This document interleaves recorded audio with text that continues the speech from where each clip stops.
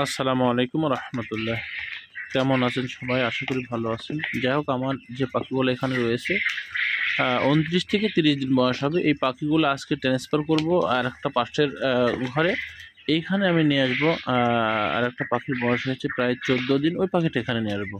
আবার ওই ১৪ দিন বয়সের যেইখানে রয়েছে ওইখানে আবার আজকে আরেকটা বাচ্চা বের হচ্ছে, ওইখানে দেবো।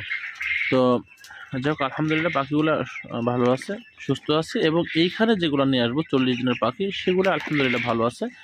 আম তবে পাখির সকল সময় শীতের মধ্যে এই পাখি আপনাকে রাখতে হবে তাপমাত্রায়। এখানে যেখানে রয়েছে ওখানে বোর্ডার করা আছে, ওখানে মেইন বোর্ডার করা আছে, দ্বিতীয় বোর্ডার এখানে দেখেন চিক গার্ড এখানে দেওয়া আছে। উপরেও ঢেকে দেবো, এখানে কিন্তু বাল্ব কম হবে, আবার চারপাশে ঘেরাও আছে। আমি এগুলো বারবার বলি এই জন্যই যে মেডিসিনগুলো এগুলোই আপনার শীতের মধ্যে মেডিসিন এগুলাই। হ্যাঁ, কারণ তাপমাত্রা নিয়ন্ত্রণ, বাহিরের বাতাস, ঠান্ডা বাতাস না প্রবেশ করতে পারে। আপনি ১৪-১৫ দিনের পাখি নিয়ে এসে যে খোলা জায়গায় ছেড়ে দিবেন, এভাবে ছেড়ে দিবেন তাও হবে না। ছেড়ে দিয়ে এটাকে আবার ঢেকে দিতে হবে। এইটাই আমার এগুলাই মেডিসিন। এগুলাই আপনি নিয়ন্ত্রণ করবেন, আপনার পাখি সুস্থ সবল থাকবে। আসসালামু আলাইকুম রহমতুল্লাহ।